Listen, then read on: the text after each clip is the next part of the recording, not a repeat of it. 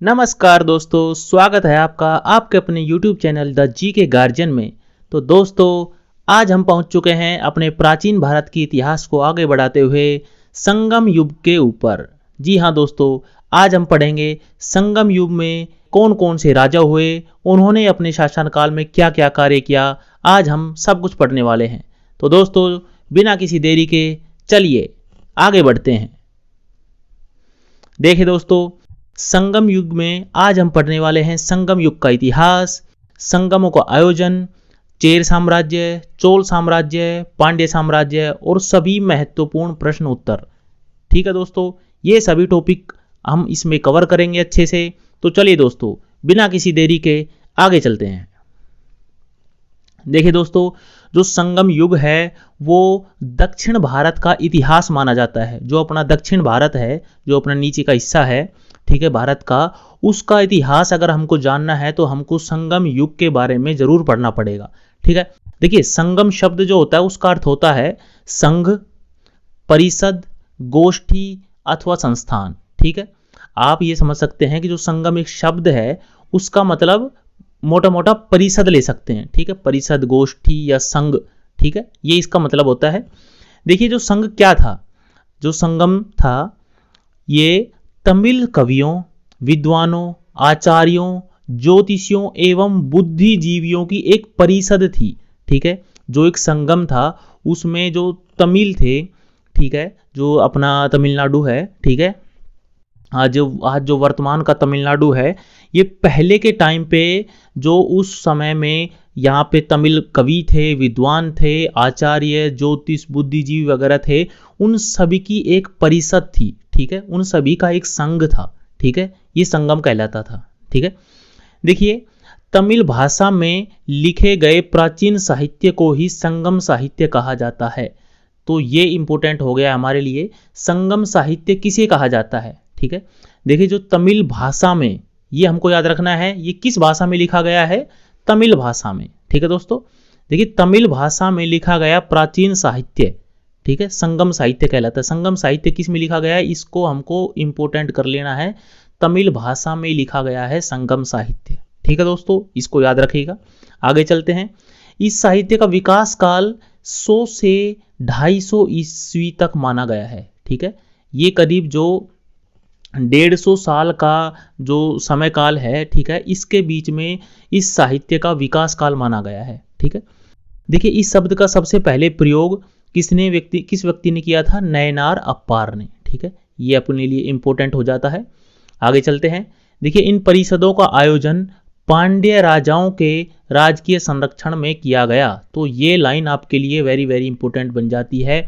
Exam में कई बार पूछा भी गया है कि जो अपना संगम युग है, ठीक है, और संगम युग में जो भी परिषदें हुई उन विद्वानों की, ठीक है, वो कौन से राजाओं के संरक्षण में हुई या उनको किन राजाओं ने अपने शासनकाल में कराया। ठीक है, तो किन राजाओं ने कराया, पांड्य राजाओं ने कराया। ठीक है, इसको हमको याद रखना अच्छे से, पांड्य राजाओं ने कराया था। ठीक है, आगे चलते हैं। देखिए संगम कवियों का समागम, संगम का मतलब होता है कवियों का समागम। ठीक है, ये हमने पढ़ा है। इस काल का एक महत्वपूर्ण साहित्य है, उसका क्या नाम है, तोलकप्पियम। ठीक है, ये वेरी वेरी वेरी इंपॉर्टेंट है। ठीक है, आपसे ये सीधा पूछा जा सकता है कि जो संगम काल का एक सबसे जो महत्वपूर्ण साहित्य है वो कौन सा है। तो आपको ये याद रखना है कि जो तोलकप्पियम है, ये जो तमिल की संगम साहित्य की एक व्याकरण की पुस्तक मान सकते हैं इसको। ठीक है, यह व्याकरण काव्य की पुस्तक है और इसका नाम है तोलकप्पियम। ये आपको 100% याद रखना है। अगर इसको, इस टॉपिक से अगर कोई भी क्वेश्चन उठाया जा सकता है तो इस क्वेश्चन के उठाने के काफ़ी चांसेस हैं। ठीक है दोस्तों, तो ये हमने इसमें पढ़ा है कि संगम युग का इतिहास क्या क्या था। ठीक है, कि कैसे, किसको संगम युग कहते हैं, संगम युग का जो आयोजन था वो किन राजाओं ने अपने संरक्षण में कराया। ठीक है, इस शब्द का प्रयोग सबसे पहले किसने किया और सबसे महत्वपूर्ण साहित्य कौन सा है इसमें। ठीक है दोस्तों, इतना करने के बाद में आगे चलते हैं। देखिए अभी देख लेते हैं संगमों का आयोजन।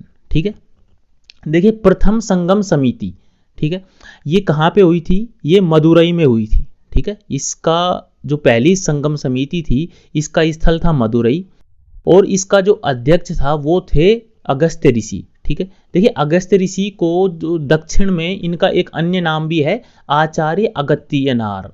ठीक है, ये अगस्त्य ऋषि का ही नाम है आचार्य अगस्त्यनार। ठीक है, अच्छा इस टाइम पे जो प्रथम संगम समिति हुई थी वहां पे दो प्रमुख ग्रंथों का विमोचन किया गया था। एक तो था अक्कीतियम और एक था परिपदल। ठीक है, इन दोनों को नाम याद रखिएगा आप। देखिए, परंतु इस संगम का कोई ग्रंथ उपलब्ध नहीं है। आज के टाइम पे अगर देखा जाए कि जो पहले संगम समिति हुई थी उस टाइम का कोई ग्रंथ अपने पास अभी अवेलेबल नहीं है दोस्तों। ठीक है, उस समय में विद्वान कौन कौन थे उस संगम समिति में?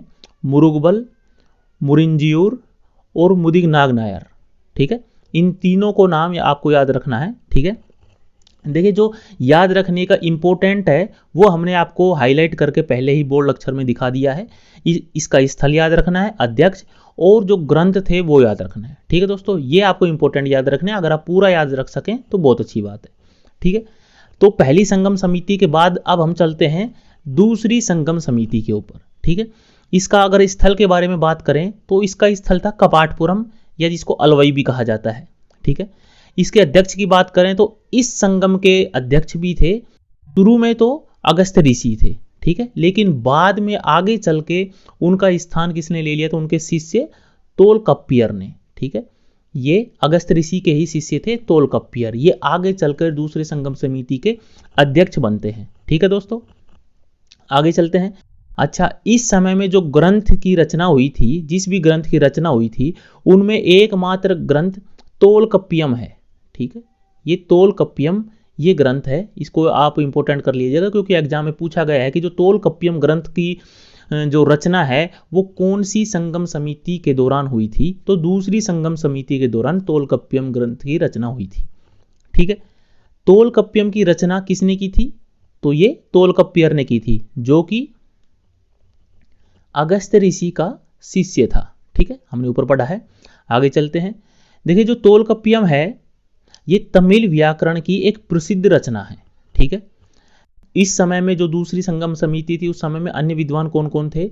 बेल्लूर, कापियर और इरंदियूर। देखिए दूसरी संगम समिति में आपको जो जो याद रखने हैं वो पॉइंट हमने बोल्ड कर दिए हैं। ठीक है, आप उनको याद रखिएगा। ठीक है, एक इसका स्थल, इसके अध्यक्ष और बाद में अध्यक्ष कौन बना और ग्रंथ कौन सा था इंपॉर्टेंट। ठीक है, आपको ये याद रखना है। दूसरी संगम समिति के बाद आगे चलते हैं। अभी आती है अपनी तीसरी संगम समिति। ठीक है, इसके बारे में पढ़ते हैं। तो जो तीसरी संगम समिति थी उसका स्थल था उत्तरी मदुरई। ठीक है, उत्तरी मदुरई में हुई थी और इस समय इसका अध्यक्ष कौन था? नक्कीरर। ठीक है, ये याद रखना है अपने को, नक्कीरर अध्यक्ष था और ग्रंथ था वहां इस समय में इंपॉर्टेंट ग्रंथ कौन सा था? पतुपातु। ठीक है, पतुपातु ग्रंथ था। विद्वान थे इरेनार, परनर और कापियार, ये तीनों विद्वान थे।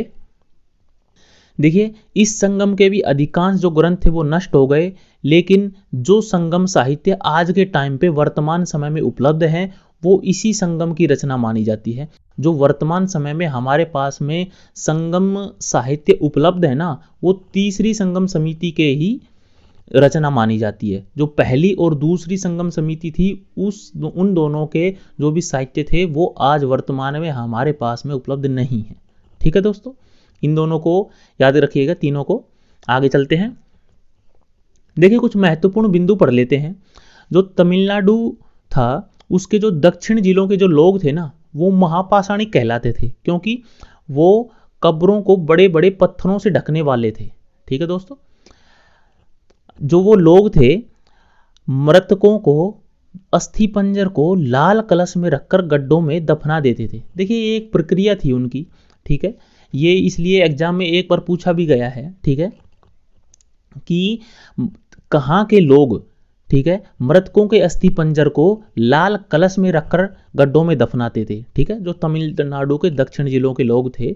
ठीक है, वो जो व्यक्ति मर जाते थे तो उनके जो अस्थि पंजर होते थे ना, उनके हड्डियां अवशेष वगैरह, ठीक है, उनको लेते थे, एक लाल कलश में रखते थे और फिर गड्ढों में दफना देते थे। ये एक उनकी प्रक्रिया थी, सामाजिक प्रक्रिया। ठीक है, आगे चलते हैं। देखिए अशोक के दूसरे और 13वें शिलालेखों से दक्षिण भारत के 4 पड़ोसी राज्यों का वर्णन मिलता है। ठीक है, देखिए जो अशोक के शिलालेख थे, एक तो अशोक का दूसरा शिलालेख और एक 13वां शिलालेख, ठीक है, उनमें 4 राज्यों का वर्णन मिलता है। जो दक्षिण के 4 राज्य थे, पड़ोसी राज्य, कौन कौन से थे? चेर, चोल, पांड्य और सतीपुत्र, ठीक है। देखिए जो खारवेल के हाथी गुम्फा अभिलेख था, जो हाथी गुम्फा अभिलेख है जो खारवेल ने लिखा है, उड़ीसा का राजा था, ठीक है, तो उसमें भी तमिल के राज्यों का उल्लेख है, ठीक है। और अन्य अगर संगम साहित्यों की बात करें, ठीक है, तो कौन कौन से थे? एक तो शिलप्पादिकारम, मणिमेखलम, तोलकाप्यम और तिरुकुरल, ठीक है।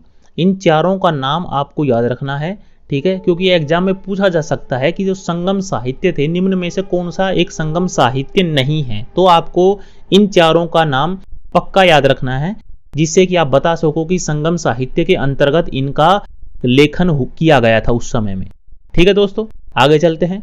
देखिए तमिल का एक जीवक चिंतामणि ग्रंथ है, ठीक है, जो कि जैन धर्म से संबंधित है, ये हमको याद रखना है, ठीक है। जीवक चिंतामणि ग्रंथ किस धर्म से संबंधित है? तो वो जैन धर्म से संबंधित है, ठीक है। तो देखिए ये इतना करने के बाद में हम आगे चलते हैं। देखिए अभी हम पढ़ेंगे चेर साम्राज्य, ठीक है। हम 3 साम्राज्य पढ़ने वाले हैं, चेर, चोल और पांड्य, आपने देखा था शुरू में, ठीक है। तो सबसे पहले चेर साम्राज्य को पूरा करेंगे हम। देखिए संगम राज्यों में सबसे प्राचीन राज्य था ये, ठीक है, सबसे प्राचीन राज्य था। और जो चेर का मतलब होता है पर्वतीय प्रदेश, ठीक है। इसकी राजधानी थी वज्जी या करियूर, ठीक है। इसका राज्य चिन्ह आपको याद रखना है, ये इंपॉर्टेंट है, इसका राज्य चिन्ह था धनुष, ठीक है दोस्तों। देखिए ये हाईलाइट वाले आपको 100% याद रखने हैं, क्योंकि एग्जाम में यहीं से सीधा क्वेश्चन उठाया जाता है, ठीक है। तो इसलिए हमने आपके लिए सुविधा के लिए सीधे हाईलाइट और अलग कलर में करके दिए हैं, जिससे आपको याद करने में थोड़ी आसानी हो, ठीक है दोस्तों। इसका पहला अगर शासक की बात करें तो पहला शासक था उदयन जरेल, ठीक है। देखिए यहाँ के जो शासक थे उनके नाम थोड़े अटपटे हैं, इसलिए मैंने थोड़ी कोशिश की है आपके लिए एक शॉर्ट ट्रिक में याद रख सके आप। देखिए जो उदयन जरेल है ना, ठीक है, इसको आप याद रख सकते हैं उदय जेलर, ठीक है, उदय जेलर करके आप इसको याद रख सकते हैं। उदयन जरेल आपको याद रखने में थोड़ी दिक्कत होगी, आप उदय जेलर याद रख सकते हैं, ठीक है। ये पहला चेर शासक था, ठीक है, उदय जेलर था जो पहला चेर शासक था। इसका शासनकाल था लगभग 130 ईस्वी के आसपास, ठीक है। इसने कुरुक्षेत्र में योद्धाओं को भोजन कराया, जिसके कारण इसे उपाधि कौन सी मिली है? महाभोजन उदयन जरेल, ठीक है। इसने भोजन कराया था किनको? कुरुक्षेत्र में योद्धाओं को भोजन कराया था इसने, इसीलिए इसको उपाधि मिली है महाभोजन उदयन जरेल की, ठीक है दोस्तों। आगे चलते हैं। अगला शासक है नेन्दुजेराल आदन, ठीक है, नेन्दुजेराल आदन, इसको हम याद रख सकते हैं नंदू जेलर करके, ठीक है, नंदू जेलर से इसको याद रख सकते हैं। इसने मदुरई को राजधानी बनाया था, ठीक है, इसने अपनी राजधानी किसको बनाया था? मदुरई को। इसकी उपाधि थी अधिराज, ये आपको याद रखना है, ठीक है। ये एग्जाम में 2-3 बार पूछा गया है कि वो कौन सा चेर शासक था जिसने अपनी उपाधि अधिराज धारण की थी, ठीक है, तो नेन्दुजेराल आदन ने, ठीक है। आगे चलते हैं। देखिए इसके शासनकाल में इसने जो चोल शासक था एक इलजतन चेन्नी, ठीक है, उससे इसका युद्ध हुआ था जिसमें दोनों की मृत्यु हो गई, ठीक है, दोनों मर गए, इलजतन चेन्नी भी मर गया और नेन्दुजेराल आदन भी मर गया, ठीक है। और इसने कदम्बू जनजाति का दमन किया था। ये इसके शासनकाल में होने वाली सभी घटनाएं थी, ठीक है। आपको इसको इंपॉर्टेंट करके याद रखना है और इसकी एक उपाधि याद रखना है, ठीक है, ठीक है। और इसने अपनी जो राजधानी थी वो मदुरई को बनाया था, ठीक है दोस्तों। दोनों को कवर करने के बाद में हम चेर साम्राज्य में आगे चलते हैं। देखिए अगला शासक आता है कुट्टवन, ठीक है। तो कुट्टवन के बारे में पढ़ते हैं। इसने कोंगू का युद्ध जीता था। कोंगू का युद्ध जीतकर चेर राज्य को पूर्व पश्चिमी समुद्र तक विस्तृत कर दिया था, ठीक है। देखिए ये अगर हम भारत का नक्शा देखें तो चेर साम्राज्य इधर था, ठीक है। इसने कोंगू का युद्ध जीता था तो इसने अपना जो साम्राज्य था इधर से लेके इधर तक फैला दिया था, ठीक है, पूर्व से लेके पश्चिम तक फैला दिया था। और इसने अधिराज की उपाधि धारण की थी, ठीक है, ये याद रखिएगा, अधिराज की उपाधि इसने धारण की थी, ठीक है। और जो सबसे पहले अगर अधिराज की उपाधि धारण करने वाला था नेंदुजेरल आदन, ठीक है, इसको याद रखिएगा, सबसे पहले इसने धारण की थी और इसके जो बाद में धारण कर ली थी कुट्टवन ने भी, ठीक है। देखिए अगला राजा आता है सेंगुट्टवन धर्मपरायण कुट्टवन, ठीक है, या तो सेंगुट्टवन या फिर इसी का अन्य नाम है धर्मपरायण कुट्टवन। इसका शासनकाल था करीब 180 ईस्वी के पास में, ठीक है। चीन में राजदूत भेजने वाला ये पहला दक्षिण का राजा था। देखिए पहला दक्षिण का राजा कौन था जिसने चीन में राजदूत भेजा था, तो वो था सेंगुट्टवन, ठीक है। ये सबसे बड़ा चेर था, ये सबसे इंपॉर्टेंट है, इसको याद रखिएगा, सबसे बड़ा चेर था। इसे लाल या भला चेर भी कहते हैं, ठीक है। एग्जाम में कई बार पूछा गया है कि लाल चेर किस चेर शासक को कहा जाता है, ठीक है, तो याद रखिएगा सेंगुट्टवन को लाल चेर भी कहा जाता है, ठीक है, लाल चेर या भला चेर भी कहते हैं, ठीक है। अगला पॉइंट भी इंपॉर्टेंट है इसका, देखिए इसकी उपाधि भी अधिराज थी, ठीक है। इसने इंपॉर्टेंट ये है कि इसने पत्नी पूजा, पत्नी को कर्णविगी भी कहते हैं, ठीक है, इसने पत्नी पूजा शुरू करवाई थी, जिसका उल्लेख किसमें है, 10 गीत नामक ग्रंथ में, ठीक है।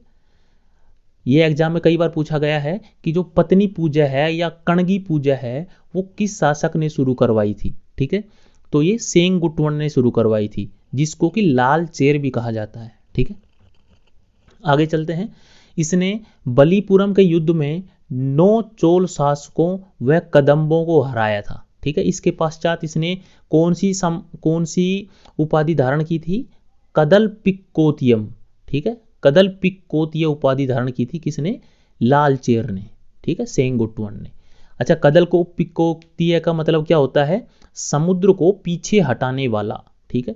इसने 9 चोल शासकों और कदम्बों को एक साथ हराया था बलीपुरम के युद्ध में, इसीलिए इसने कदल पिक्कोतिय की उपाधि धारण की थी। ये वेरी वेरी इंपॉर्टेंट है, ठीक है, ये तीनों पॉइंट इसके इंपॉर्टेंट है। देखिए चेर अगर साम्राज्य में सबसे इंपॉर्टेंट कोई राजा है तो वो यही है सेंगुट्टवन या धर्मपरायण कुट्टवन, ठीक है। इसी से काफी बार एग्जाम में क्वेश्चन पूछे जाते हैं, ठीक है दोस्तों। आगे चलते हैं। देखिए अगला राजा आता है पेरुंजरेल इरमपोरई, ठीक है, पेरुंजरेल इरमपोरई। इसका नाम हम याद रख सकते हैं पेरू जेलर करके, ठीक है, पेरू जेलर। इसने क्या किया था, यह चोल शासक करिकाल के समकालीन था। देखिए एक चोल शासक था उसका नाम था करिकाल, ठीक है, वो आगे हम पढ़ेंगे, उसके समकालीन राजा था ये पेरू जेलर, ठीक है। इसने खाली इतना किया था कि दक्षिण में सबसे पहले गन्ने की खेती शुरू की थी। गन्ने की खेती शुरू करने वाला चेर शासक था पेरुंजरेल इरमपोरई, ठीक है, इसके लिए ये इंपॉर्टेंट पॉइंट बनता है, ठीक है। आगे चलते हैं। देखिए अगला नाम है कुडक्को इरांजरेल इरमपोरई, कुडक्को इरांजरेल इरमपोरई, ठीक है, इसको कुडक्को जेलर से नाम याद रख सकते हैं इसका, कुडक्को जेलर, ठीक है। यह अंतिम चेर शासक था, ठीक है, और इसने गोल मिर्च उपजाई थी, ठीक है, गोल मिर्च उपजाने का कार्य करता था ये खेती करता था, ठीक है, इतना याद रखना है हमको। और यह अंतिम चेर शासक था, ठीक है, ये दोनों पॉइंट इसके लिए इंपॉर्टेंट है, याद रखिएगा। तो देखिए हमने इस में अभी पढ़े हैं कुट्टवन, सेनगुट्टवन, पेरुंजरेल इरमपोरई और लास्ट में कुडक्को इरांजरेल इरमपोरई, ठीक है। इसके जो भी पॉइंट इंपॉर्टेंट है वो हमने आपको बता दिए हैं। वीडियो को 1-2 बार अगर आप जैसे रिवाइज करके देखेंगे तो 100% आपके दिमाग में सेट हो जाएगा, ठीक है दोस्तों। आपको कुछ नहीं करना, एक मूवी के जैसे वीडियो को देखते जाना है और दिमाग में आपके अच्छे से सेट हो जाएगा, बिल्कुल आसानी से, बड़े अच्छे तरीके से आपको समझाएंगे, ठीक है दोस्तों। आगे चलेंगे। देखिए जो चेर थे उनके जो प्रमुख बंदरगाह थे ना, ठीक है, उनके बारे में हम पढ़ने वाले हैं। बंदरगाह जहाँ से वो जहाज़ों के माध्यम से व्यापार करते थे, ठीक है। देखिए चेरों के अधीन प्रमुख बंदरगाह थे, एक तो मुसीरी जिसको मुजरिस भी बोलते हैं, और एक टोंडी, ठीक है। मुसीरी और टोंडी ये 2 बंदरगाह मतलब प्रमुख बंदरगाह थे, ठीक है।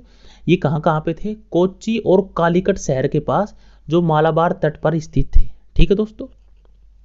जो अपना मालाबार तट था उधर ये स्थित थे। अच्छा मुजरिस के बारे में है, यहाँ पे रोमन बसे थे, ठीक है, और रोमन सम्राट अगस्टस का मंदिर भी बनवाया गया था, ठीक है। और उरैयूर के बारे में, एक उरैयूर जगह थी, ठीक है, उसके बारे में जानकारी ये मिलती है कि यहाँ से सूती कपड़े का व्यापार होता था।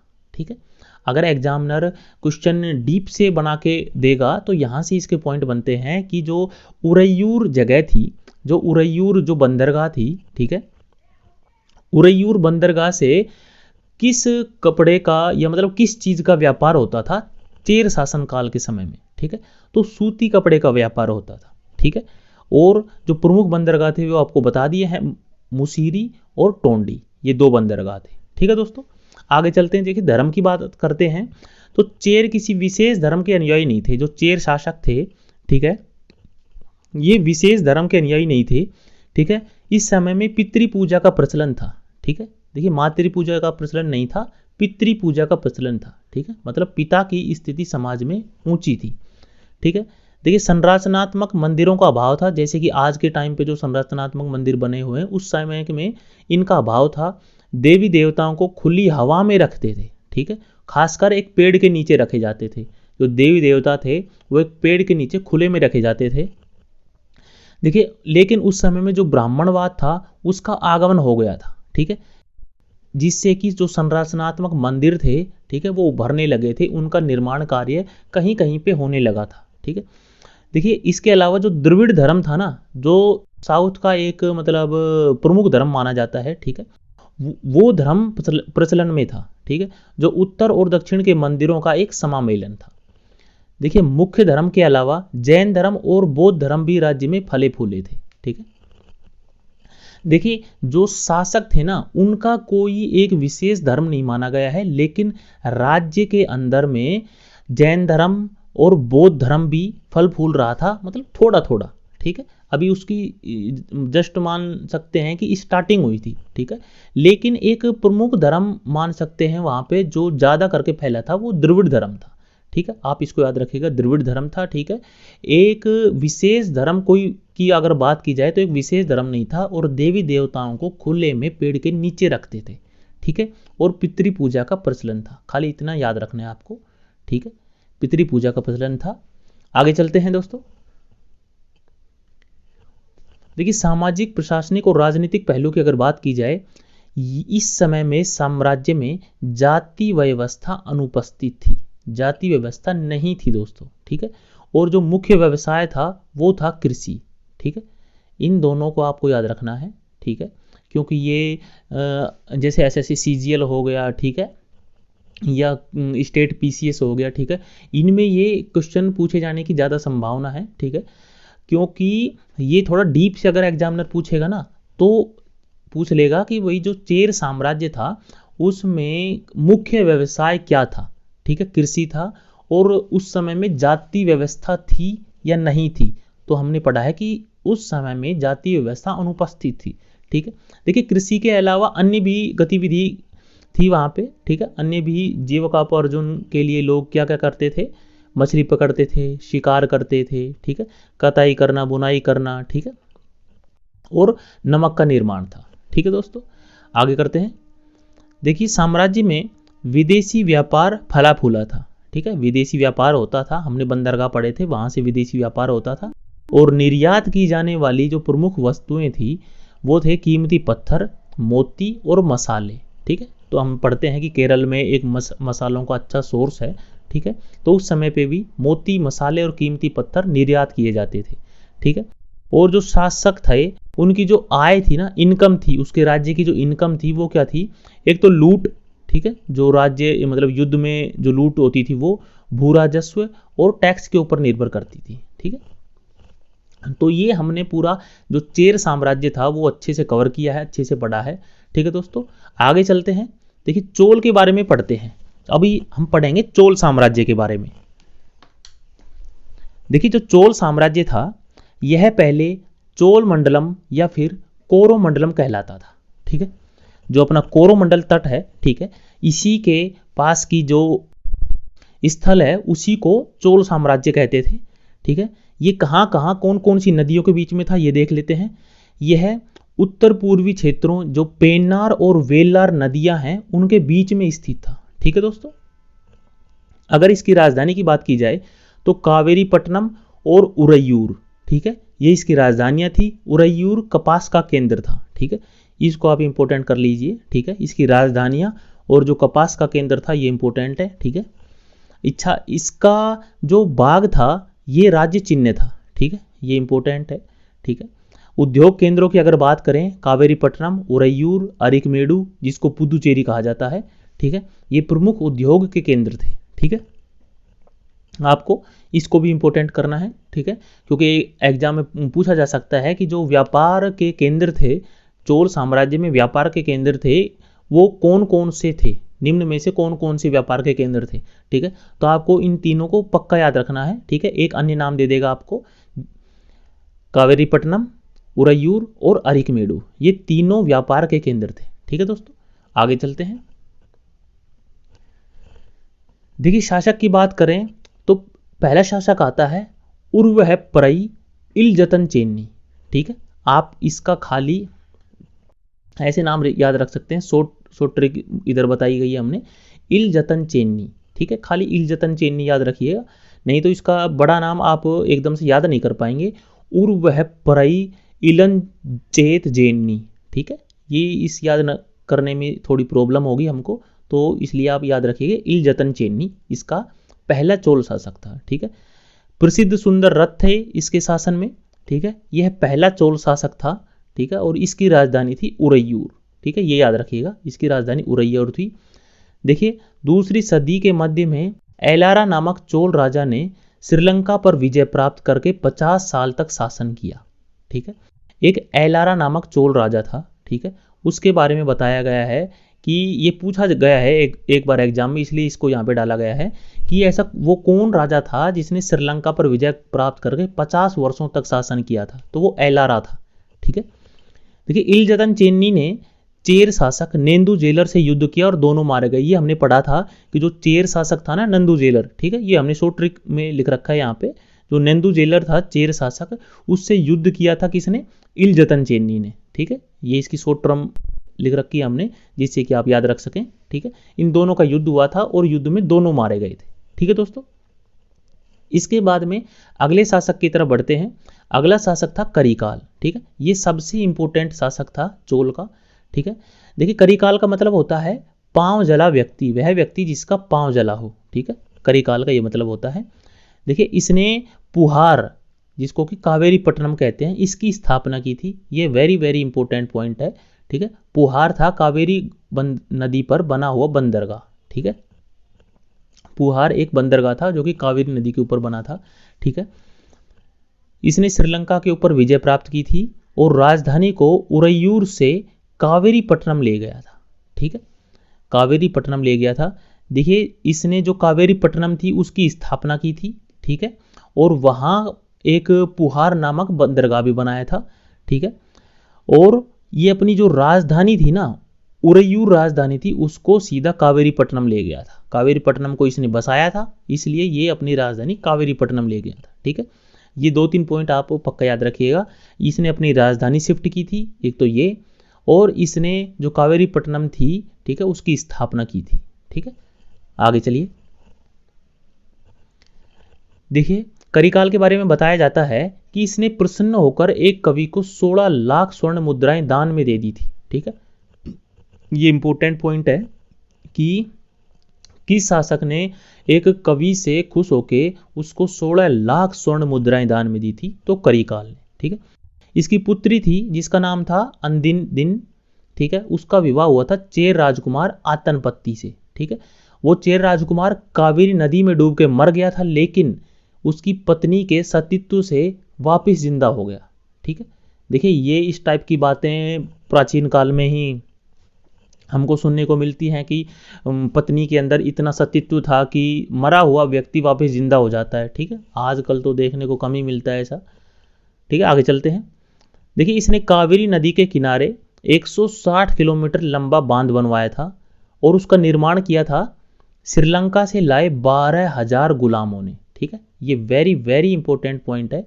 जो पुहार बंदरगाह इसने बनवाया था ना कावेरी नदी के ऊपर, ठीक है, वो 160 किलोमीटर लंबा बांध था, ठीक है, 160 किलोमीटर लंबा बांध, और उसके लिए इसने 12,000 गुलाम मंगवाए थे। कहाँ से? श्रीलंका से, ठीक है। देखिए, अगले चलते हैं। जो वेंगी का युद्ध है ना, ये किसके बीच में हुआ था? करिकाल ने चेर और पांड्य के 11 राजाओं को हराया था। ठीक है, तो ये पूछा जा सकता है कि जो वेंगी का युद्ध था, ठीक है, ये किन किन के मध्य में हुआ था? ये चेर, चोल और पांड्य, ये तीनों राजाओं के मध्य में हुआ था। और करिकाल ने, जो चोल राजा था, इसने चेर और पांड्य के 11 राजाओं को अकेले हरा दिया था।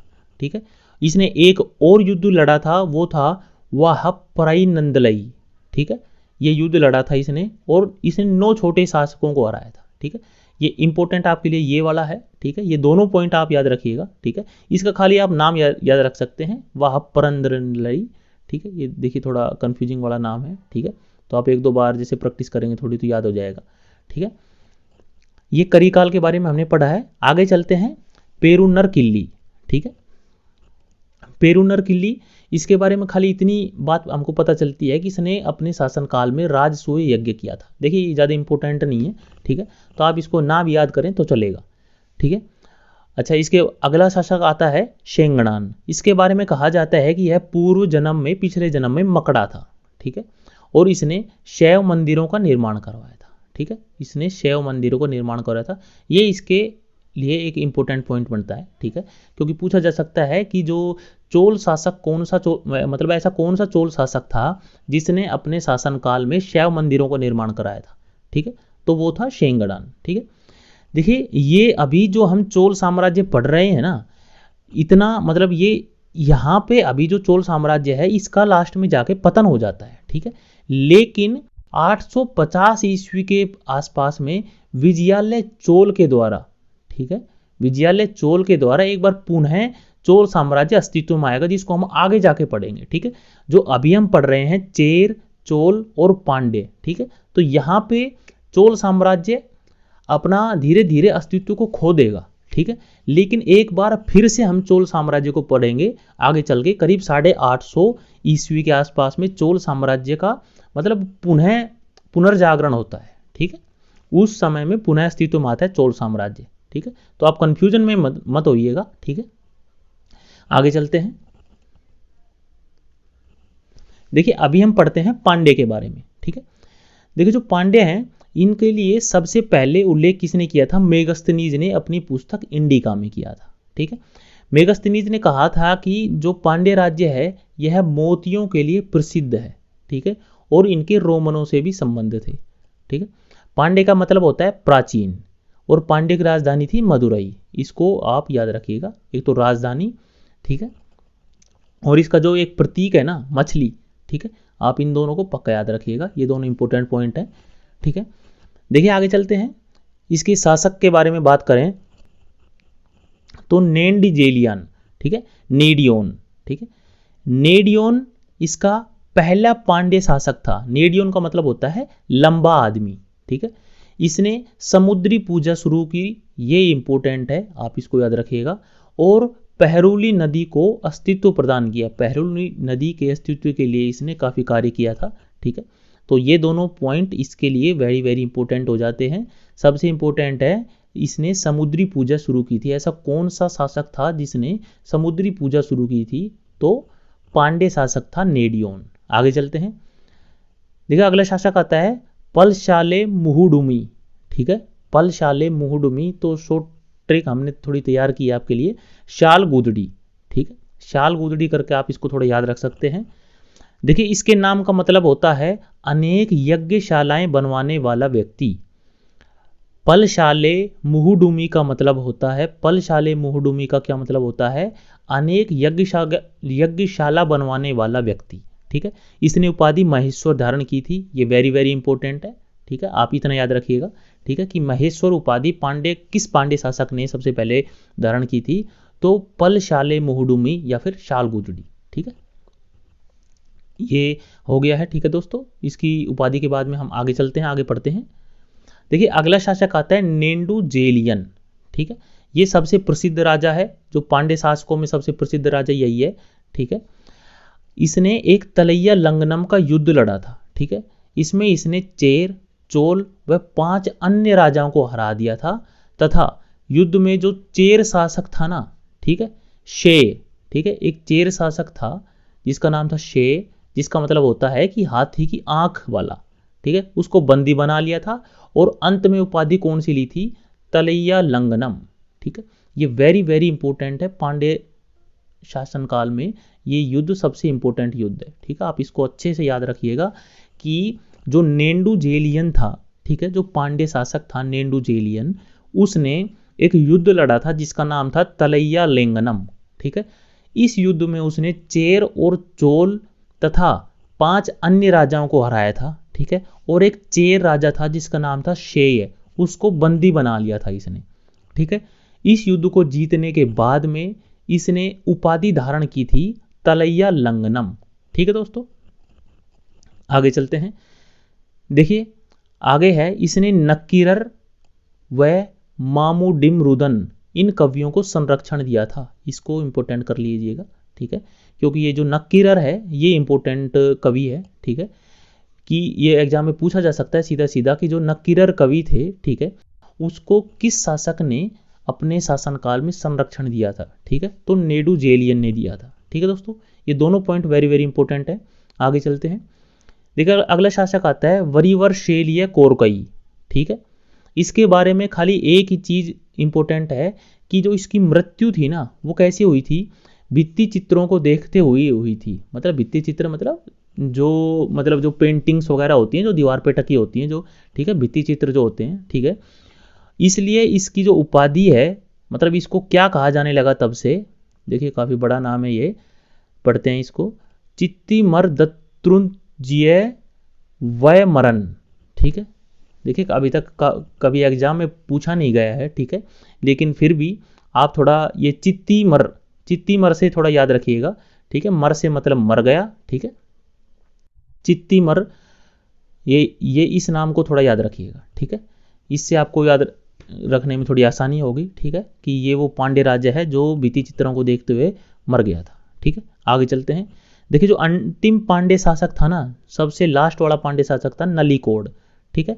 इसने अपने जो दूत थे वो कहाँ पे भेजे थे? रोमन सम्राट अगस्टस के दरबार में, ठीक है। अपने दूत रोमन सम्राट अगस्टस के दरबार में भेजे थे, ठीक है। तो दोस्तों इस तरह से हमने जो पांड्य था, हमने चेर, चोल और पांड्य तीनों साम्राज्य के सभी राजाओं को अच्छे से डिस्कस किया है, ठीक है। अच्छे से कवर करने के बाद में हम आगे चलते हैं। देखिए इनके प्रशासन के बारे में जान लेते हैं। जो दक्षिण का प्रशासन था वो किस प्रकार का था, ठीक है। देखिए संगमकालीन जो प्रशासन था ना वो राजतंत्रात्मक था, ठीक है, मतलब राजा वाला शासन था, ठीक है।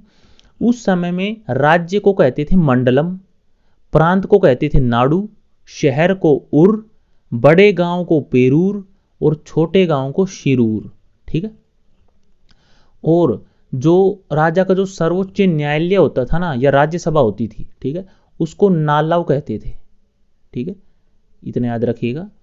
सेनापति की उपाधि दी जाती थी एनादी की, ठीक है। और जो युद्ध पद्धति की जानकारी हमको कहाँ से मिलती है? एक साहित्य है कल्लीवेली साहित्य, ठीक है। कल्लीवेली साहित्य से हमको युद्ध पद्धति किस प्रकार की थी संगमकालीन जो भी राज्य थे उस समय में, ठीक है, ये हमको मिलती है कल्लीवेली साहित्य से, ठीक है। और सेना चतुरंगिणी सेना थी, ठीक है दोस्तों।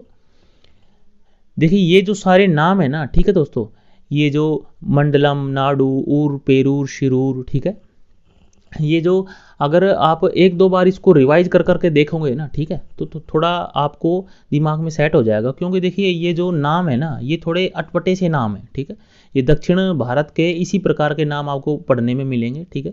तो आपको थोड़ा सा मेहनत करनी पड़ेगी इसको याद रखने के लिए, ठीक है। देखिए प्रशासन को करने के बाद में हम राजस्व प्रबंधन के ऊपर आते हैं।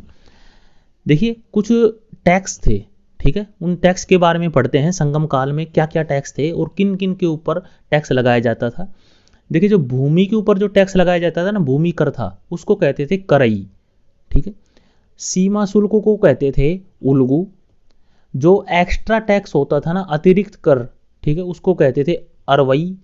सामंतों को दी जाने वाली भेंट, ठीक है, सामंतों को दी जाने वाली भेंट क्या कहलाती थी? इरई।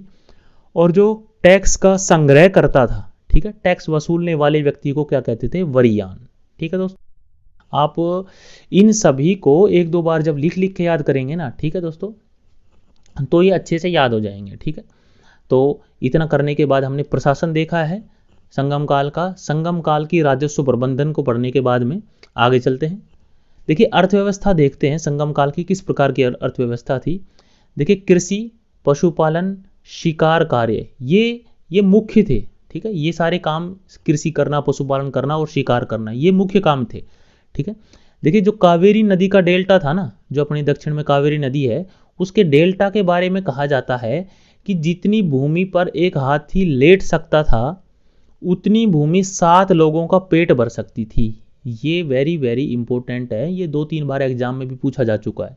ठीक है, कि कौन सी नदी डेल्टा के बारे में कहा जाता है कि जितनी भूमि पर एक हाथी लेट सकता है उतनी भूमि 7 लोगों का पेट भर सकती है। ठीक है, ये तो कावेरी नदी डेल्टा के बारे में कहा जाता है जो संगम काल के समय का था। ठीक है दोस्तों, देखिए आगे चलते हैं। धान, रागी, गन्ना की पैदावार होती थी।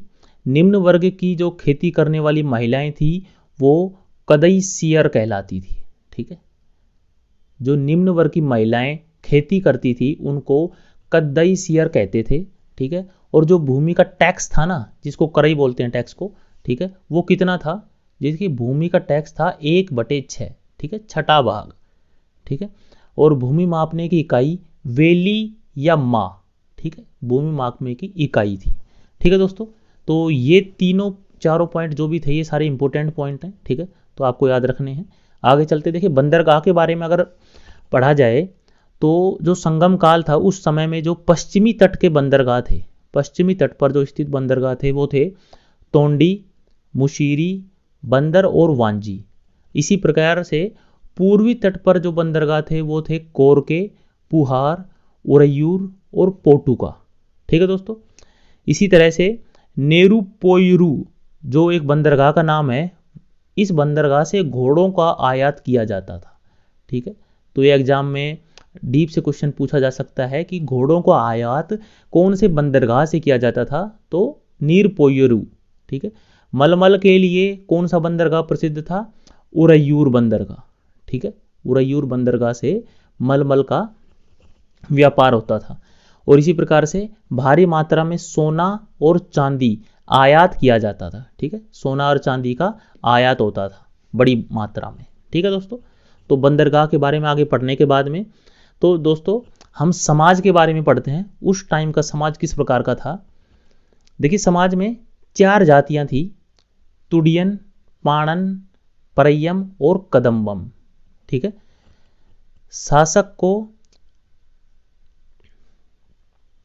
अरासर, ब्राह्मण को अंदाणर, वैश्य को वणिगर और कृषक को वेल्लार। ठीक है, व्यवसाय के आधार पर जाति प्रथा भी थी और प्रेम विवाह चलता था उस टाइम पे, मतलब जो लव मैरिज थी वो चलती थी। और सबसे इंपॉर्टेंट पॉइंट ये याद रखना है आपको कि जो सती प्रथा थी वो संगम काल में अस्तित्व में थी, सती प्रथा। ठीक है दोस्तों, देखिए सारे नाम या आप ये चारों नाम जो है याद रखने की जरूरत नहीं है आपको, खाली थोड़ा सा ये याद रखना है कि 4 जातियां थी। ठीक है, जो अपना संगम काल था उस समय में पूरा संगम काल था उसमें 4 जातियां थी। ठीक है, तुडियन, पाणन, पैरियम और कदम्बन। ठीक है, और सती प्रथा, लव मैरिज और जाति प्रथा ये सब अस्तित्व में थी समाज में। ठीक है, देखिए धर्म के बारे में अगर बात कर लें तो जो मुरुगन था ना, ठीक है, देखिए आज के टाइम पे भी जो मुरुगन है वो प्रसिद्ध देवता है दक्षिण का, और मुरुगन प्रसिद्ध देवता था। ठीक है, देखिए जो मुरुगन देवता है ये जो अपने कार्तिकेय भगवान है, मतलब शिव जी के जो पुत्र हैं कार्तिकेय भगवान, उन्हीं को माना जाता है। ठीक है, देखिए धार्मिक कविताओं का जो संकलन है वो कुरल नामक तमिल में लिखा है। ठीक है, कुरल, इसको याद रखिएगा, जो धार्मिक कविताओं को संकलन किस में लिखा है, कुरल में। ठीक है, देखिए कुरल और तिरुवल्लुर नामक व्यक्ति की रचना है। ठीक है, जो कुरल है ना ये किसने लिखा है, ये जो कुरल जो साहित्य है ये किसने लिखा है, तिरुवल्लुर जो व्यक्ति था उसने लिखा है। ये तमिल की एक महत्वपूर्ण रचना मानी गई है। ठीक है, इसे तमिल का बाइबल भी कहा जाता है। तो ये वेरी वेरी इंपॉर्टेंट, आप डबल स्टार कर लीजिए कि जो तमिल का बाइबल है वो किसे माना जाता है, कुरल को माना जाता है। कुरल को तमिल का बाइबल माना जाता है। और कुरल को किसने लिखा था, तिरुवल्लुर नामक व्यक्ति ने। ये सारे इंपॉर्टेंट पॉइंट है आपके लिए। ठीक है, देखिए आगे चलते हैं। जो अगस्त्य ऋषि थे, ठीक है, अगस्त्य ऋषि के बारे में हमने पढ़ा था कि जो पहली और दूसरी संगम समिति थी उसके अध्यक्ष थे ये। इन्होंने दक्षिण के लोगों को आर्य बनाया था, ठीक है, जिस प्रकार से आर्य उत्तर में आए थे, ठीक है, उसी प्रकार से दक्षिण के लोगों को आर्य बनाने का काम, आर्य मतलब श्रेष्ठ, ठीक है, दक्षिण के लोगों को आर्य बनाने का काम किसने किया था? ऋषि अगस्त्य ने, ठीक है। देखिए ये दोनों इंपॉर्टेंट हैं। तमिल काव्य का इलियड किसे कहा जाता है? शिलप्पदिकरम को। और तमिल काव्य का ओडिसी मणिमेघ मलई को कहा जाता है, ठीक है। देखिए ये जो जितने भी अभी लास्ट में हमने पॉइंट पढ़े हैं ना, ये सारे वेरी वेरी इंपॉर्टेंट हैं। आपको ये धर्म के बारे में जितने भी पॉइंट हमने अभी पढ़े हैं, जो भी जैसे कुरल हो गया, साहित्य हो गया, और जैसे तमिल का बाइबल इसे कहा जाता है, और मुरुगन प्रसिद्ध देवता, ये सारे point very very very important है, ठीक है। तो आपको ये पक्का अच्छे से याद रखने हैं, ठीक है दोस्तों। तो आगे चलते हैं हम। देखिए अभी तक हमने चेर, चोल और पांड्य साम्राज्य के बारे में और संगम साहित्य के बारे में सब कुछ अच्छे से कवर किया है। अब इसको एक क्वेश्चन आंसर के फॉर्म में हम एक बार इसका प्रैक्टिस सेट लगा लेते हैं, जिससे हमारा एकदम से अच्छा तरीके से हम कंठस्थ इसको कर सकें, ठीक है। तो पहला क्वेश्चन लेते हैं। देखिए संगम शब्द का पहली बार किसने प्रयोग किया था, ठीक है। तो संगम शब्द का सबसे पहली बार किसने प्रयोग किया था? देखिए ऑप्शन देख लेते हैं हम। ऑप्शन ए कुरल, बी मणिमेखलाई, सी नयनार अप्पार, या डी इलियाड, ठीक है। तो हमने पढ़ा था संगम शब्द का सबसे पहले प्रयोग किया था नयनार अप्पार ने, ठीक है दोस्तों। तो ऑप्शन सी ठीक हो जाएगा। क्वेश्चन नंबर 2 है, संगम काल का महत्वपूर्ण साहित्य कौन सा है, ठीक है। संगम काल का महत्वपूर्ण साहित्य हमने पढ़ा था, जो तोलकप्पियम है वो संगम काल का सबसे महत्वपूर्ण साहित्य माना जाता है। तो ऑप्शन नंबर ए ठीक हो जाएगा। आगे चलते हैं। देखिए पहली संगम समिति, प्रथम संगम समिति कहाँ हुई थी, ठीक है। तो ऑप्शन देख लेते हैं, कपाटपुरम, मदुरई, उज्जैन, या कावेरी पट्टनम, ठीक है दोस्तों। तो हमने पढ़ा था मदुरई में पहली संगम समिति हुई थी, ठीक है। तो ऑप्शन नंबर बी ठीक हो जाएगा। आगे चलते हैं। देखिए क्वेश्चन नंबर 4 है दोस्तों, जो लाल चेर है, ठीक है, लाल चेर के नाम से प्रसिद्ध चेर शासक कौन था जिसने कणगी, या जिसको पत्नी कहते हैं, उसके मंदिर का निर्माण कराया था, ठीक है। देखिए हमने लाल चेर पढ़ा था दोस्तों, तो क्वेश्चन नंबर 4 का ऑप्शन नंबर सी ठीक हो जाएगा। शेणगुट्टवन को लाल या भला चेर भी कहा जाता है, ठीक है। देखिए आगे चलते हैं। तमिल का गौरव ग्रंथ जीवक चिंतामणि, ठीक है, ये किससे संबंधित है, कौन से धर्म से संबंधित है, ठीक है। तो दोस्तों हमने पढ़ा था कि ये जैन धर्म से संबंधित है, ठीक है। क्वेश्चन नंबर 5 का ऑप्शन नंबर ए ठीक हो जाएगा। क्वेश्चन नंबर 6 देखते हैं। तमिल भाषा के शिलप्पादिकारम और मणिमेखलाई नामक गौरव ग्रंथ किससे संबंधित हैं, ठीक है। तो ये दोनों ग्रंथ देखिए बौद्ध धर्म से संबंधित है, ठीक है। इनके बारे में ये इंपॉर्टेंट है, इसको याद रखिएगा। जो तमिल भाषा के ये दोनों गौरव ग्रंथ हैं ये बौद्ध धर्म से संबंधित है, ठीक है दोस्तों। आगे चलते हैं। देखिए क्वेश्चन नंबर 7 है, निम्न में से कौन संगम युगीन व्याकरण रचना सर्वाधिक महत्वपूर्ण रचना मानी जाती है? सबसे महत्वपूर्ण संगम काल की जो व्याकरण की रचना है वो कौन सी मानी जाती है, ठीक है दोस्तों। तो ये हमने पढ़ा था, ऑप्शन नंबर सी ठीक हो जाएगा इसका, तोलकप्पियम मानी गई है, ठीक है। क्वेश्चन नंबर 8 है, निम्नलिखित राजवंशों में किसका उल्लेख संगम साहित्य में नहीं हुआ है, ठीक है। संगम साहित्य में किसका उल्लेख नहीं हुआ है? देखिए हम देखते हैं, कदम्ब, देखिए कदम्ब का नहीं हुआ है, चेर, चोल और पांड्य, इन तीनों का उल्लेख हुआ है। तो ऑप्शन नंबर ए ठीक हो जाएगा, ठीक है। देखिए आगे चलते हैं। क्वेश्चन नंबर 9 है, संगम युग में उरैयूर, ठीक है, उरैयूर किसके लिए विख्यात था, ठीक है। तो देखिए हमने क्वेश्चन नंबर 9 में उरैयूर के बारे में अच्छे से पढ़ा है कि यह कपास का एक व्यापार केंद्र था, ठीक है। हमने पढ़ा था कपास व्यापार केंद्र था उरैयूर। तो ऑप्शन नंबर बी ठीक हो जाएगा, ठीक है दोस्तों। आगे चलते हैं। देखिए क्वेश्चन नंबर 10 है कि धार्मिक कविताओं को जो संकलन है, कौन सा संकलन है, क्या नाम है उसका, कुरल, ठीक है। तो वो कौन सी भाषा में लिखा हुआ है, भाषा पूछी गई है। तो देखिए तमिल, तेलुगु, ग्रीक या पाली, तो हमने पढ़ा था ये तमिल भाषा में लिखा हुआ है। ऑप्शन नंबर ए ठीक हो जाएगा दोस्तों, ठीक है। क्वेश्चन नंबर 11 देखते हैं, किस संगम युगीन राज्य के संरक्षण में 3 संगमों को आयोजन हुआ था? देखिए जो पहला, दूसरा और तीसरा जो संगम था वो कौन से राजाओं ने अपने संरक्षण में करवाया था, ठीक है। तो हमने पढ़ा था कि जो पांड्य राजा थे ना, उन्हीं के शासनकाल में, उन्हीं के संरक्षण में तीनों संगम हुए थे। ठीक है, तो ऑप्शन नंबर सी ठीक हो जाएगा। देखिए क्वेश्चन नंबर 12 देखते हैं। किसने उल्लेख किया है कि नंदों ने अपना कोष गंगा की धारा में छिपा रखा था? ठीक है, तो देखिए एक साहित्य है जिसमें यह कहा गया है कि नंदों ने अपना कोष गंगा की धारा में छिपा रखा था, जो नंद वंश था। ठीक है, तो मामूल नार एक तमिल ग्रंथ है। ठीक है, इसको याद रखिएगा हम, कि जो मामूल नार था, जो ग्रंथ था, उसमें ये कहा गया था कि जो नंद थे ना, जो नंद वंश था, ठीक है, उन्होंने अपना कोष गंगा की धारा में छिपा रखा था, ये उसमें लिखा गया है। ठीक है, खाली आपको ये याद रखना है कि कौन से ग्रंथ में ऐसे लिखा गया है, तो मामूल नार में लिखा गया है। ठीक है दोस्तों, आगे चलते हैं। देखिए क्वेश्चन नंबर 13 है, जो राज्य हैं, ठीक है, और उनके जो राजकीय चिन्ह हैं, ठीक है, तो ये हमको मिलान करने हैं। ठीक है, तो देखिए मिलान करते हैं। जो चेर राज्य था उसका जो राजकीय चिन्ह था वो था धनुष। ठीक है दोस्तों, तो ए ठीक हो जाएगा। तो चोल जो राज्य था उसका जो राज्य चिन्ह था वो था बाघ, तो दूसरा ठीक हो जाएगा। और इसी प्रकार पांडे का मछली था, तो ये सीधा इसमें लास्ट तीसरे में चला जाएगा। तो इस प्रकार से इसका हो जाएगा 1, 2 और 3, ए बी सी का 1, 2, ऑप्शन नंबर ए ठीक हो जाएगा। ठीक है दोस्तों, इस प्रकार से ये वेरी वेरी इंपॉर्टेंट क्वेश्चन बनता है, क्योंकि जैसे एसएससी जीडी हो गया, ठीक है, इस प्रकार के जो एग्जाम होते हैं इसमें सीधा सीधा क्वेश्चन आ जाता है कि जो चेर राज्य था उसका राजकीय चिन्ह क्या था, तो हमको सीधा याद रखना है धनुष था। इसी प्रकार से चेर, चोल और पांड्य राज्य के जो राजकीय चिन्ह है वो हमको अच्छे से याद रखने हैं। ठीक है दोस्तों, क्वेश्चन नंबर 14 पे चलते हैं। देखिए जो संगम थे और उनके जो अध्यक्ष बने थे, ठीक है, उनके बारे में हमको पढ़ना है। तो देखिए जो पहला संगम था उसका जो अध्यक्ष था वो ऋषि अगस्त्य थे, ये हमने पढ़ा है, तो पहला ठीक हो जाएगा। आगे जो देखिए दूसरा जो संगम था उसके 2 अध्यक्ष थे, हमने पढ़ा था, जो ऋषि अगस्त्य थे वो, और एक लास्ट में उसका फिर जो उनके मतलब चेले जो कि शिष्य आते हैं तोल कपियर, वो थे। तो बी दूसरी संगम समिति में हो जाएगा। ठीक है, ऑप्शन 2। और इसी प्रकार से तीसरी संगम समिति के अध्यक्ष थे नक्कीरर, तो 3।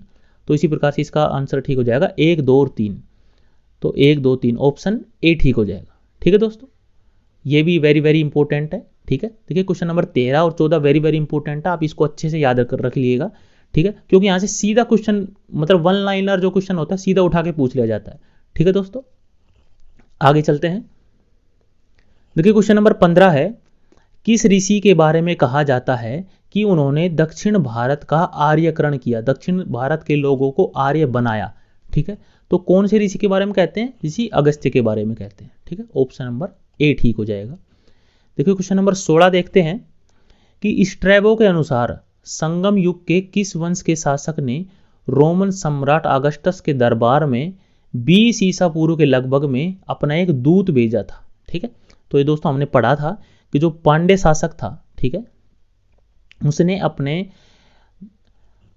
रोमन सम्राट के दरबार में एक अपना दूत भेजा था। ठीक है, तो ऑप्शन नंबर ए ठीक हो जाएगा। क्वेश्चन नंबर 17 देखते हैं दोस्तों। जो तिरुवल्लुवर जो व्यक्ति है ना, ठीक है, तिरुवल्लुवर, ठीक है, इसकी एक रचना है कुरल। ठीक है, कुरल किसने लिखा है? तिरुवल्लुवर। ठीक है, ये इसको कुरल या मुप्पल भी कहा जाता है। ठीक है, इसको क्या कहते हैं? तो ऑप्शन देख लेते हैं। तमिल भूमि का बाइबल, तमिल का महान व्याकरण ग्रंथ, तमिल भूमि का महान नाट्य ग्रंथ, या इनमें से कोई नहीं। ठीक है, तो हमने पढ़ा था जो तमिल भूमि का जो बाइबल है वो कुरल को माना जाता है। ठीक है, तो ऑप्शन नंबर ए ठीक हो जाएगा। ठीक है दोस्तों, आगे चलते हैं। क्वेश्चन नंबर 18 है, तमिल काव्य का इलियड किसे कहा जाता है? ठीक है, तो तमिल काव्य का इलियड हमने पढ़ा था, किसे कहा जाता है? शिलप्पादिकरम को कहा जाता है। ऑप्शन नंबर डी ठीक हो जाएगा। ठीक है, आगे चलते हैं। देखिए क्वेश्चन नंबर 19 है दोस्तों, तमिल काव्य का ओडिसी किसे कहा जाता है? ठीक है, ये हमने सारे क्वेश्चन पढ़े थे अभी। क्वेश्चन नंबर 19 का देखिए ऑप्शन देख लेते हैं एक बार। तोलकप्पियर, मणिमेखलाई, कुरल, या फिर शिलप्पादिकरम को। देखिए ओडिसी किसे कहा जाता है ये हमने पढ़ा था, मणिमेखलाई को ओडिसी कहा जाता है। ऑप्शन नंबर बी ठीक हो जाएगा। ठीक है, देखिए पुहार कावेरीपट्टनम की स्थापना किसने की थी? देखिए कावेरीपट्टनम की स्थापना हमने पढ़ा था दोस्तों। ठीक है, कावेरीपट्टनम की स्थापना किसने की थी? कारिकाल ने। ठीक है, ऑप्शन नंबर ए ठीक हो जाएगा। ठीक है, आगे चलते हैं। देखिए मुजरिस जो बंदरगाह था वो किस राज्य का प्रमुख बंदरगाह था। ठीक है, क्वेश्चन नंबर 21 का आंसर हो जाएगा चेर। ठीक, ये हमने पढ़ा था, जो चेर राज्य थे उसका जो प्रमुख बंदरगाह था वो मुजरिस था। देखिए क्वेश्चन नंबर 22 है दोस्तों, किसके संबंध में यह कहावत है कि जितनी जमीन में एक हाथी लेट सकता है उतनी जमीन 7 आदमियों का पेट भर सकती है। ठीक है, तो ये किसके बारे में कहा गया है। ठीक है दोस्तों, तो हमने पढ़ा है ये कावेरी डेल्टा के बारे में कहा गया है। ठीक है दोस्तों, आगे चलते हैं। देखिए क्वेश्चन नंबर 23 है दोस्तों, कि जो प्राचीनतम तमिल देवता, ठीक है, मुरुगन है, वो कौन से वैदिक देवता के तुल्य है। ठीक है, तो क्वेश्चन नंबर 23 में ऑप्शन हो जाएगा डी, ठीक हो जाएगा अपना। ठीक है, कार्तिकेय देवता के तुल्य माना गया है देवता मुरुगन को। ठीक है दोस्तों, इसी प्रकार से जो अपना क्वेश्चन नंबर 24 है, तमिल महाकाव्य शिलप्पादिकरम, ठीक है, इसका लेखन किसने किया है। ठीक है, शिलप्पादिकरम का लेखन किसने किया है। तो दोस्तों क्वेश्चन नंबर 24 का अपना ऑप्शन नंबर देख लेते हैं, सतनार, इलंगो आदिगल, तिरुवल्लुर या अवयवर। ठीक है, तो ऑप्शन नंबर बी ठीक हो जाएगा, इलंगो आदिगल। इस व्यक्ति ने शिलप्पादिकरम का लेखन किया है। ठीक है दोस्तों, तो इस प्रकार से हमने बिल्कुल अच्छे तरीके से जो अपने पूरे नोट्स थे वो इसी के साथ साथ में अपने जो बेस्ट क्वेश्चन आंसर थे अभी तक जो भी एग्जाम में कराए गए थे क्वेश्चन आंसर, और जो भी हमसे बन सकते थे सारे क्वेश्चन आंसर हमने किए हैं, जिससे अपना ये टॉपिक बहुत अच्छे तरीके से कवर होता है।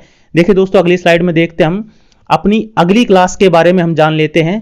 जो अपनी नेक्स्ट क्लास है वो आने वाली है गुप्त साम्राज्य के ऊपर। ठीक है दोस्तों, जो अपना गुप्त साम्राज्य था, ठीक है, इसके बारे में हम अपनी नेक्स्ट क्लास में पढ़ेंगे। देखिए दोस्तों, हमने आपके लिए सबसे बेस्ट नोट्स तैयार किए हैं। ठीक है, आपके लिए खाली इतना हम बता दे रहे हैं कि जो अपनी अगली क्लास होगी उसमें गुप्त साम्राज्य के कम से कम 50 क्वेश्चन आंसर का हम जो रिवीजन कराते हैं वो कराएंगे। आपसे खाली इतनी रिक्वेस्ट है, अगर आपने अभी तक चैनल को सब्सक्राइब नहीं किया है, ठीक है, हमको थोड़ा सपोर्ट दीजिए दोस्तों, चैनल को सब्सक्राइब कीजिए और इस क्लास को जितना ज़्यादा से ज़्यादा शेयर हो सकता है उतना अपने दोस्तों में, अपने ग्रुप्स में शेयर कीजिए दोस्तों। ठीक है, आपके लिए सबसे बेस्ट नोट्स और सबसे बेस्ट क्वेश्चन आंसर के सेट लेके आते हैं हम। ठीक है दोस्तों, आप और भी अपनी जो भी क्लासेज हैं उनको अपनी प्लेलिस्ट